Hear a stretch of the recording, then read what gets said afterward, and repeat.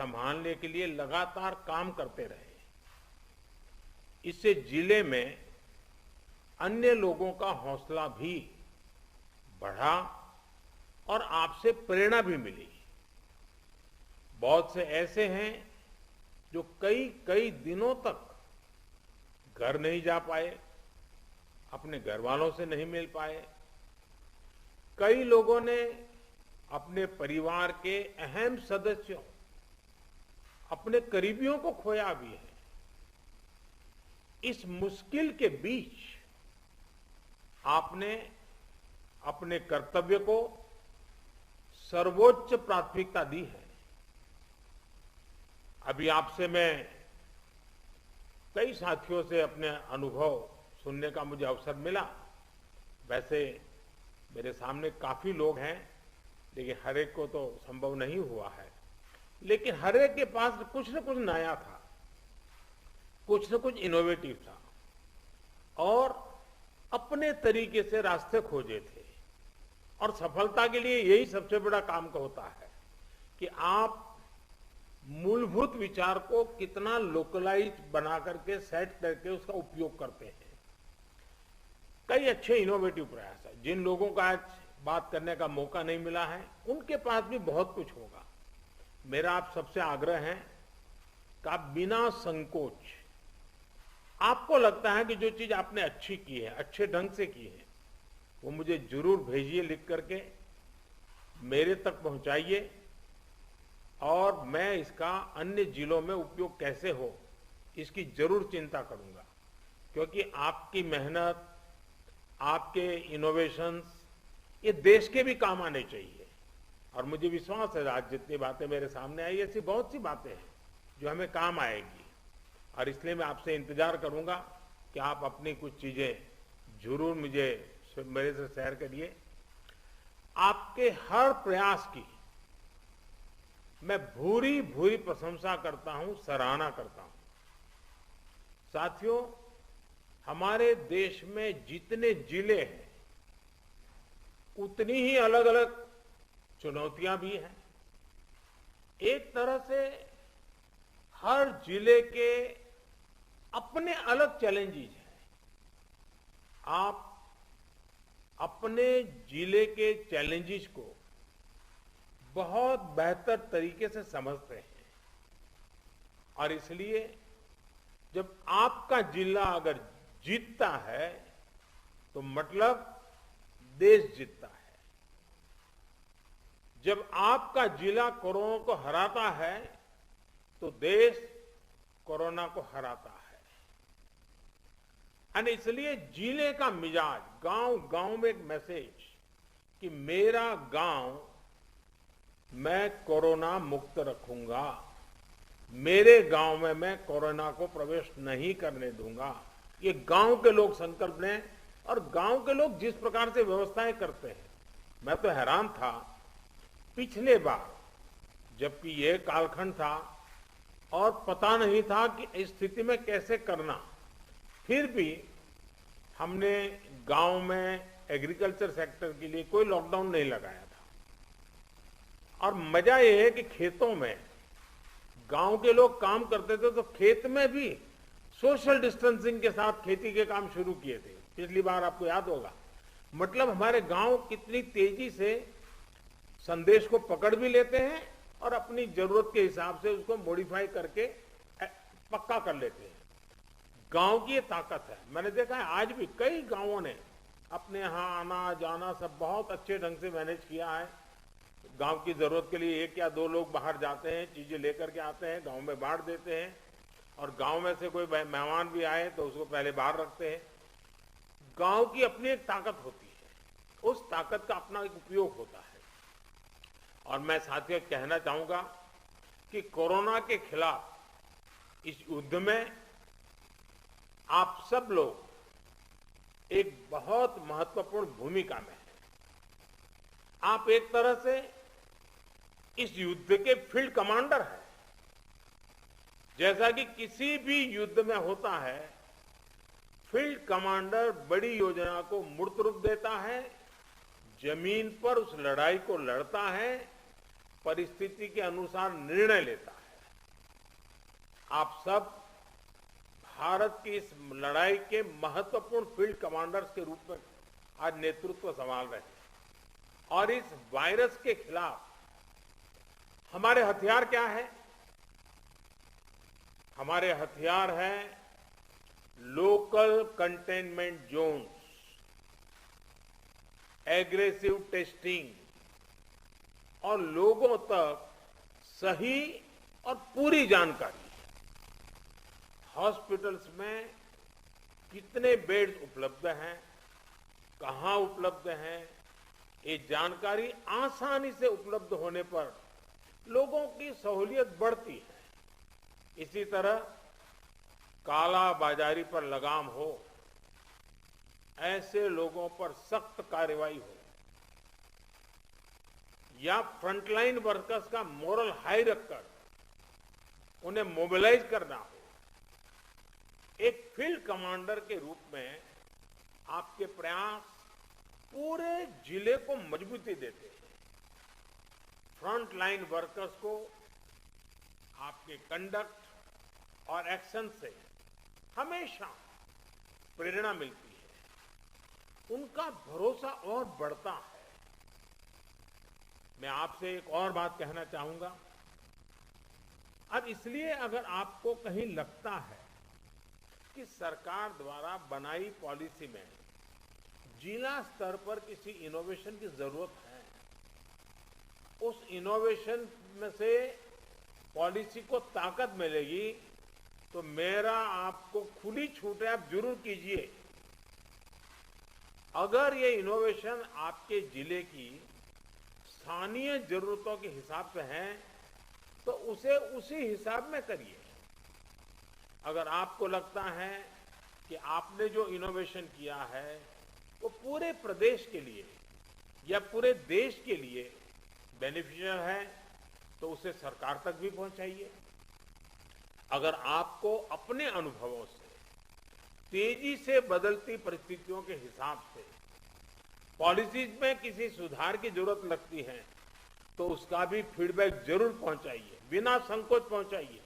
क्योंकि ये लड़ाई ऐसी है कि हम सब मिलकर के सोचेंगे, सब मिलकर के नई नई चीजें ले आएंगे, तब जाकर के हम कर पाएंगे।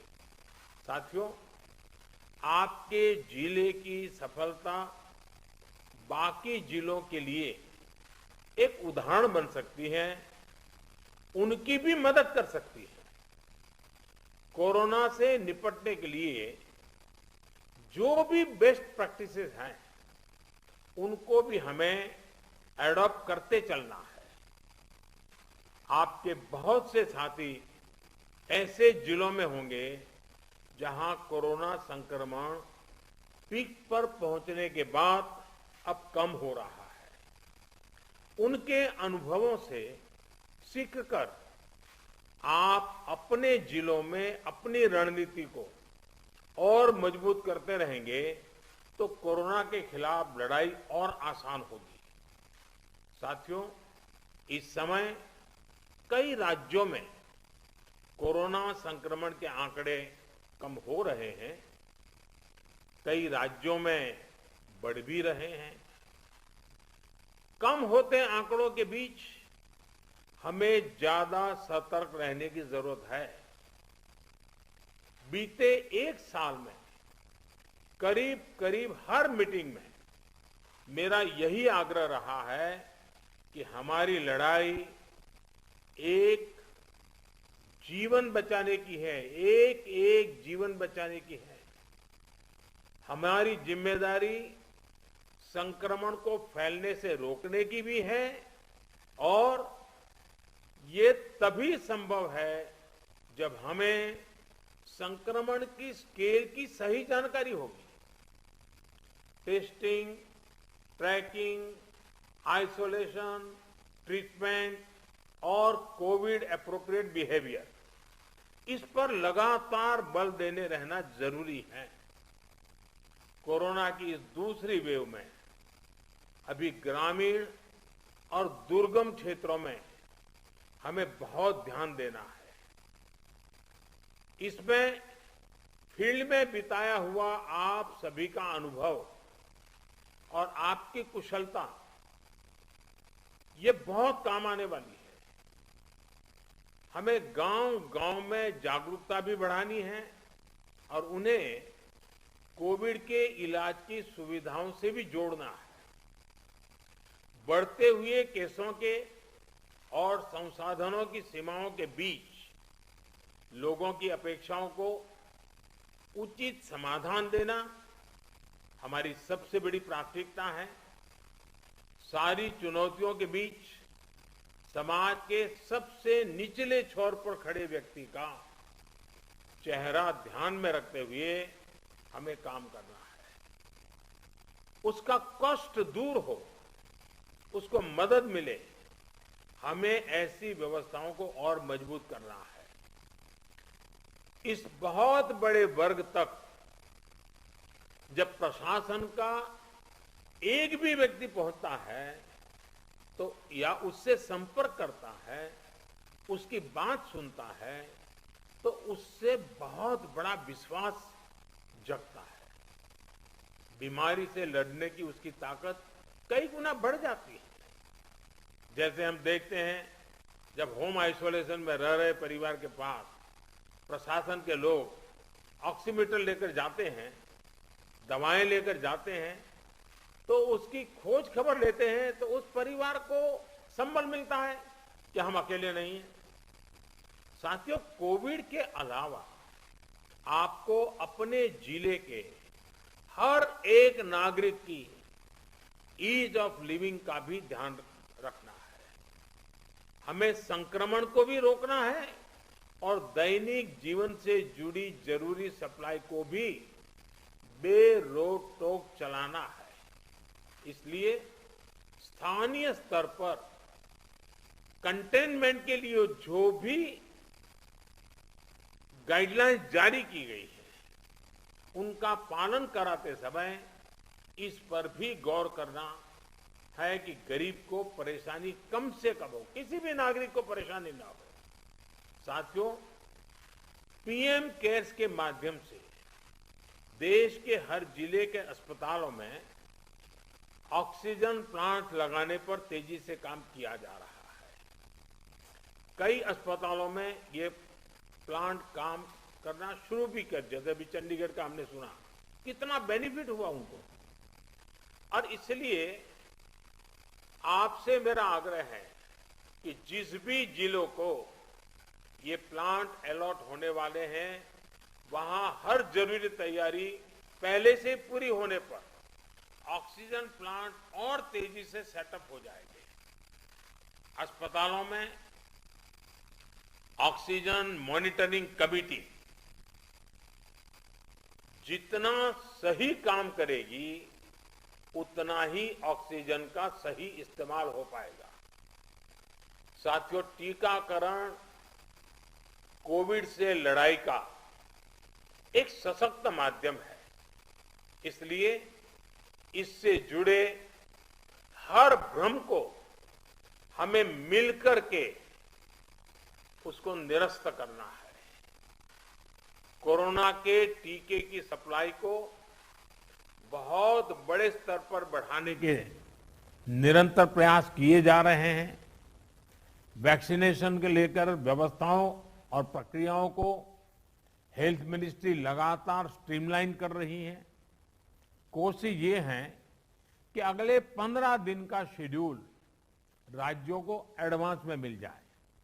इससे आपको भी पता रहेगा कि जिले में कितने लोगों के लिए वैक्सीन उपलब्ध होने जा रही है और आपको किस हिसाब से तैयारी करनी है। वैक्सीन वेस्टेज रोकने में जिला स्तर पर सही प्रबंधन की भूमिका के बारे में भी आप अच्छी तरह जानते हैं। आपके सहयोग से वैक्सीन वेस्टेज पूरी तरह रुक सकती है। इतना ही नहीं, ऑप्टिमम यूटिलाइजेशन की दिशा में हम सफलतापूर्वक आगे बढ़ सकते हैं। साथियों, ये समय एक प्रशासक के साथ ही एक ह्यूमन रिसोर्स और लॉजिस्टिक मैनेजर के रूप में भी आपकी भूमिका को टेस्ट कर रहा है। मेडिकल से जुड़ी सप्लाई ही नहीं, बल्कि आपके जिले में दूसरी जरूरी सप्लाई भी पर्याप्त हो, ये बहुत जरूरी है।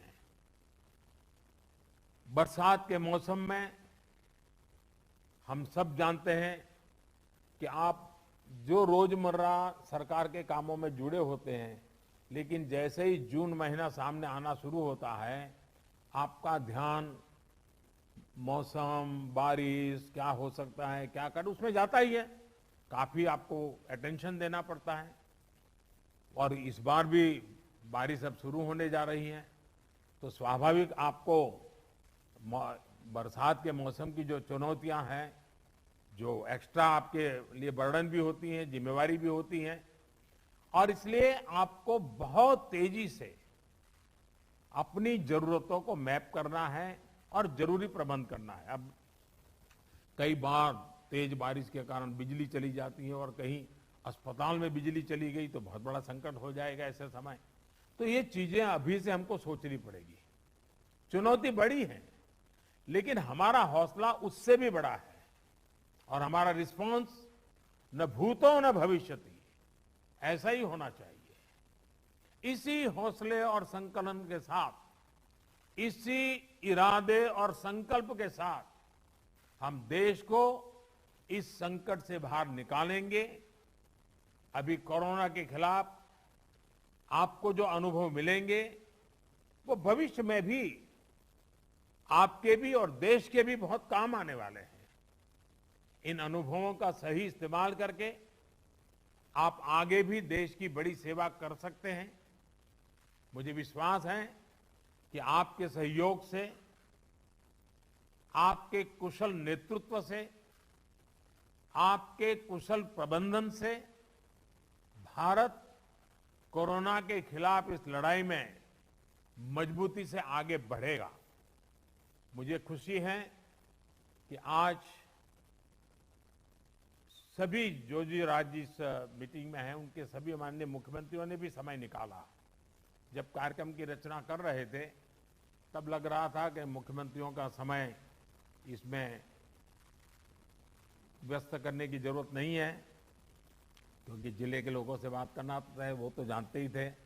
लेकिन फिर भी इस विषय के प्रति गंभीरता को लेकर के, संवेदनशीलता को लेकर के मुख्यमंत्री भी इसमें जुड़े हैं, ये बहुत ही स्वागत योग्य है।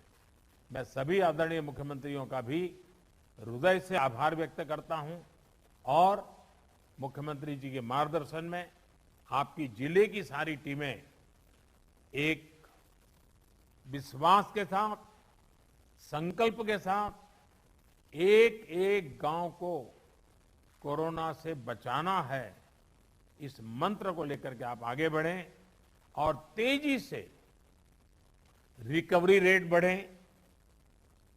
तेजी से पॉजिटिव केसों की संख्या बढ़े, तेजी से टेस्ट ज्यादा हो।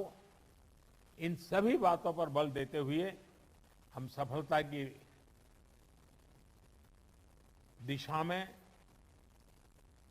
एक भी प्रयास न छोड़े, एक भी प्रयोग न छोड़े। मुझे विश्वास है कि जो आपसे सुना है उसमें एक आत्मविश्वास भी है, अनुभव भी है, नए नए तौर तरीके भी हैं। ये सारी चीजें अपने आप में बहुत बड़ा विश्वास पैदा करती हैं। मैं फिर एक बार आप सबका बहुत बहुत धन्यवाद करता हूं और बहुत बड़ा काम है, फील्ड में रहना है। आपके स्वास्थ्य का भी जरूर ख्याल रखिए, अपने परिवारजनों के स्वास्थ्य का भी ख्याल रखिए और आप जिस क्षेत्र को संभाल रहे हैं वहां के एक एक नागरिक के स्वास्थ्य को बनाए रखने में आपका नेतृत्व काम आए, इसी अपेक्षा के साथ बहुत बहुत धन्यवाद, बहुत बहुत शुभकामनाएं। సెరెనిటీ మోడల్ హై స్కూల్ విద్యార్థులకు అమ్మఒడి, సామాన్యులకు అందుబాటులో ఉన్న బడి సెరెనిటీ. మేడ్చల్ జిల్లాలో మేటిగా నిలిచి సాటిలేని ఫలితాలను సాధిస్తున్న #1 స్కూల్ సెరెనిటీ. మా ప్రత్యేకతలు ప్రతి విద్యార్థి పట్ల వ్యక్తిగత శ్రద్ధ, activity based learning and digital classrooms, computer lab, 100% ఫలితాలు, sports and cultural activities, yoga, abacus మరియు Vedic maths education. Please visit Serenity Model High School, Nagaram. Admissions are in progress. Call 040-271-46899 and 040-271-48699.